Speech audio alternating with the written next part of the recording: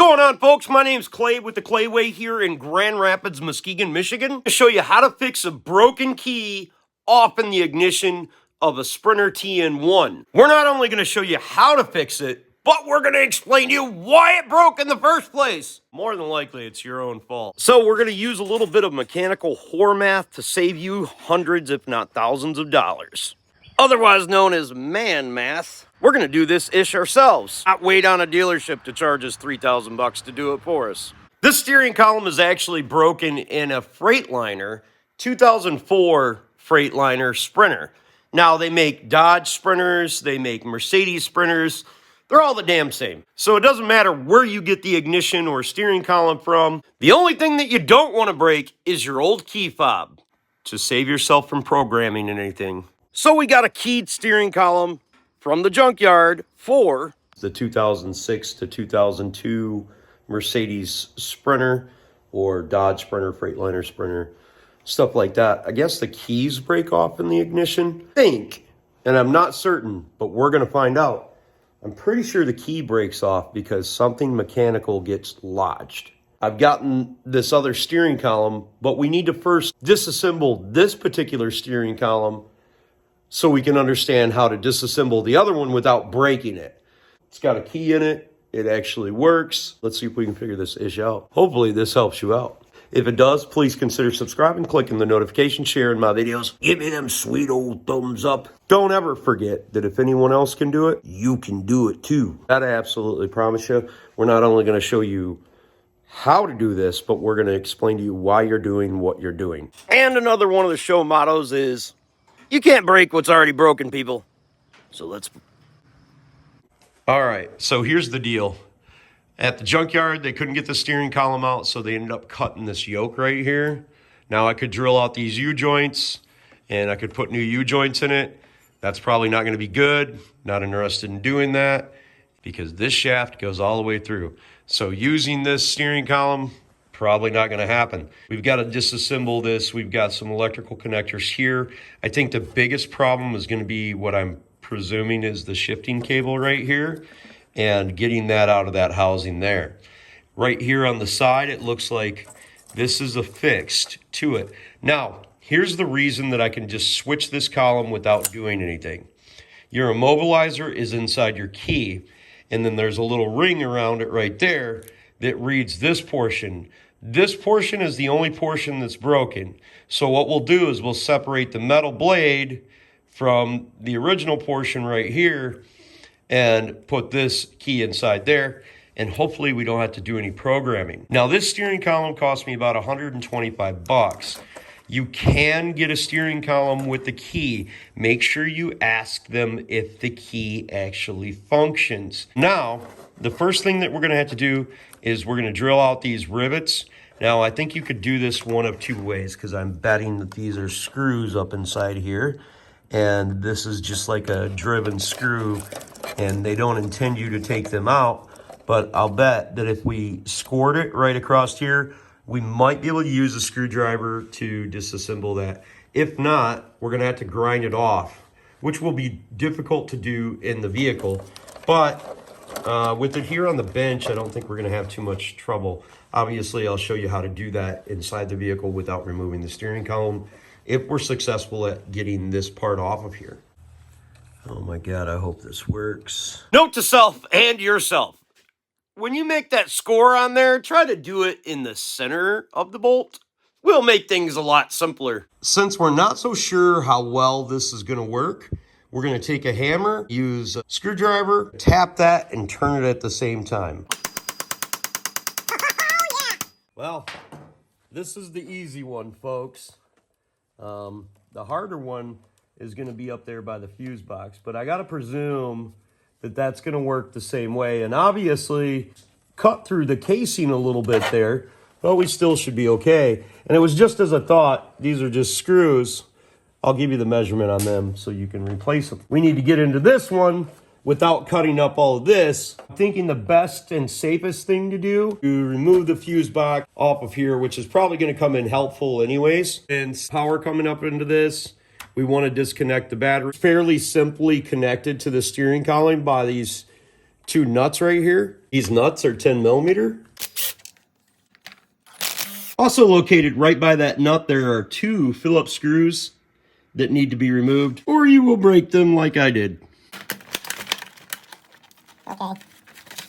Don't want to do that in the real vehicle. So I'm already breaking stuff.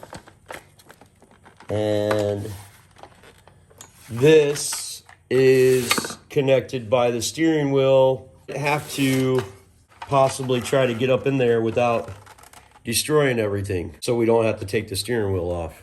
So now I'll try to cut this without destroying it. Okay, so what I'm gonna do is I'm gonna drill into this barely inside this hole here. I unplugged these connectors, they just came out. And then that way I can hammer a Phillips screwdriver into there and hopefully pull that out, because I can't cut or I'll cut into the fuse box. I'm gonna center punch it, so hopefully I can drill somewhat more center than I did the grinding with. First, I'm gonna try this cheap Harbor Freight crap. Usually these cheap Harbor Freight ones don't drill for crap, and it barely touches it, so I'm gonna get the right drill bit. The thing is, even if we don't get to drill all the way through this, or it doesn't work like it's getting all kitty-wampus right now, we can just drill the head off of this, and we should be able to remove this plate and then unscrew the bolt. I got a couple different size Phillips screws and even a flathead one.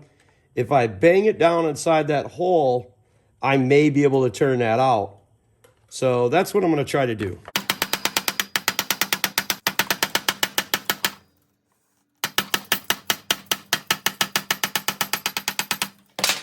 And I hope I got that on camera. Kinda did. Kinda did. Look at me go. Oh, that's pretty cool. I really didn't think that was gonna work. All right, now let's see what other problems happen here. Because the idea would be that this would just come off, but I'm highly doubting that it will. However, I'm hoping that it does. Okay, so we can obviously tell that I didn't care about this part, because all I had to do was take out them Phillips screws right there and it would have came right off instead of breaking it. Then with them unscrewed, this plugs into the back of here, which then allows us to get this screw out of here, which I presume will allow us to get this off of here. There's another screw hiding right down inside here. Oh my gosh! Oh my gosh! That's so awesome. Now on the back of here, there's this little tab. And if that tab is not rested inside this steering column properly, like right there, I'll bet money. I didn't realize it at the time, but what he did was the vehicle's wheels were rested on this pin, and that would not allow the key to turn. So he should have grabbed the steering wheel, released the pressure off of the pin, and he wouldn't have broken his key off in the ignition. So this is your column lock right here. When you insert your key in there and you turn it, it unlocks your steering column. If this malfunctions, it won't allow this to function.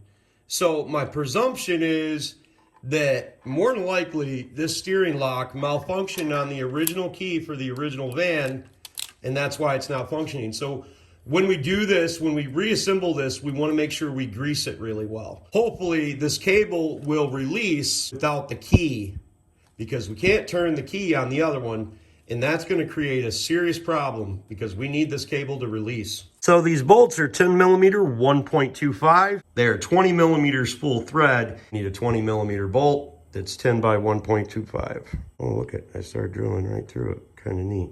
Also realized that you're going to have to use an Allen screw for these because regular head bolts are not going to work. Okay, so we're going to start removing this by the flathead there. We're going to pull out the cover. Then we're going to remove these two Phillips screws right here.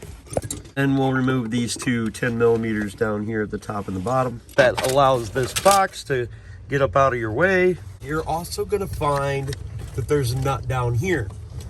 We need to remove that nut as well. The bottom portion, the fuse box off of there. Then we can take this and move it down like this and start disconnecting our connectors. I don't know why they were so easy to get out. Now there's a Phillips screw right here. This one out of here. Now there's two small Phillips screws up here at the top that we need to remove. Right up underneath here, we've got a bracket that's supposed to have 2 bolts in it. That one's fallen out, but that one right up there is still there, so we need to remove that 14mm bolt, and this should allow the steering column to drop down far enough to get to the back screws that are holding the ignition switch on.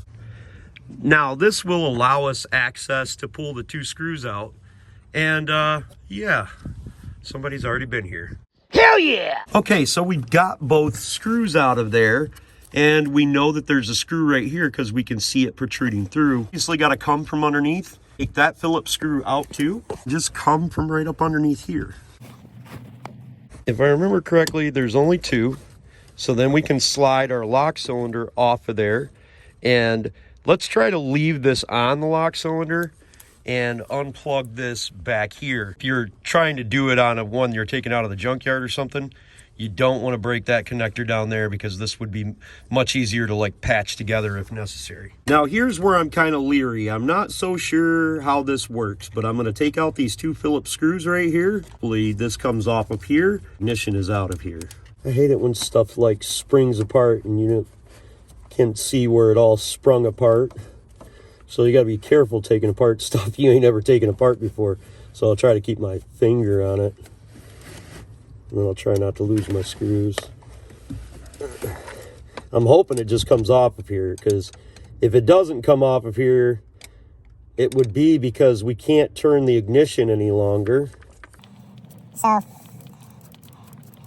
Just be gentle when we do this, and hopefully nothing flies out at us. Okay, so here we go. You ready? You ready, Benny? If your hand isn't in the way. Yeah. You ready? Yeah. Ah! Oh. Just kidding. Looks like we got another plug right here somewhere that we need to unplug. This one right here. And that's just pushed down on that. It doesn't want to come apart. I'll cut it if I have to. I'll cut that bitch. Okay. It'll come apart.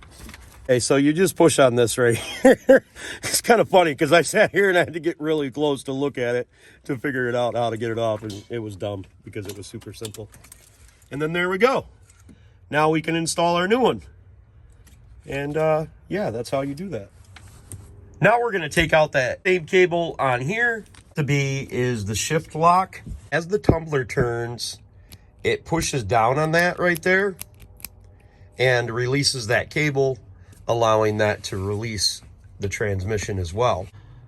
So the last thing I took off was this shift interlock. Obviously the first thing that I put on. To do is I'm going to put the steering column up in there because I know it will work without this being connected to the actual steering column. So I'm just going to throw a couple bolts up in here and put my steering column back into place. Okay, the thing that you got to be mindful of is that this steering column goes in and out a little bit, and you don't want to get the wires caught in between your bracket and your bolt. So keep that in mind when you're putting it on. Plus, there's a double nut on here, and this is your ground for your fuse box. Don't forget to plug in your 2 connectors that were unplugged here. This is the larger one, and then there's a smaller one that your wires connect to. Now also keep in mind that this fuse box plugs into your multifunction switch right here. So we need to make sure that the fuse box is at least attached correctly. So keep in mind that you may be looking around for this screw and it actually stays in the fuse box, but don't over tighten this because you're gonna break the connector that goes up in there. I've got the nut tightened down there. I've got my ignition switch all hooked up. I've got it plugged into the back of the fuse box. I think I've got all my wires attached. So now I'm gonna give it a go and jump the battery and see if this sucker turns over. I don't know if it's gonna start. I've never actually heard this van run, but Then I'll take the steering column back out, disconnect the battery, etc., and reconnect my ignition switch the way it was before I took it apart. But I do have my fingers crossed, hoping that this thing works. Well, I turned the key on. I've got all this power, but I guess I'm gonna have to wait for this battery to charge up a bit before it'll turn over. At least that's the hopes. You know, now that I think about it, it's probably not gonna turn over until I actually switch the mobilizer in here. So now we're gonna switch this blade with this here, and this apparently works, so that's all good. We'll see if that helps at all and see if it starts up. Well, here's the unfortunate part. I didn't get any video of it actually starting, but you'll have to take my word that it did. It started right up, no issues. Once I switched out that key fob, I was absolutely golden. I guess my camera ran out of battery or something like that, or storage or something. I don't remember what. It was late at night. I was tired of messing around with that stuff. And I know for a fact 6 months later, because I filmed this back in January of 2024, that it's still running and still going down the road. So that's freaking awesome. Especially after these folks were told by the Mercedes dealership that it was going to be 2 months before they could get a key fob and fix this thing. I went out there, fixed it. It took me about 2 days because I had to go to the junkyard and get a new one. But other than that, it's pretty darn good.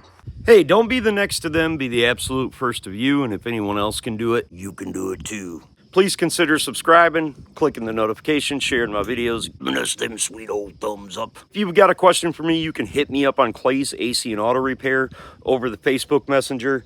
I answer them for people all the time. Automotive questions, not your stinking baby mama drama. I can't help you with that stuff. I got my own, okay? God bless, folks. Have the absolute best of days.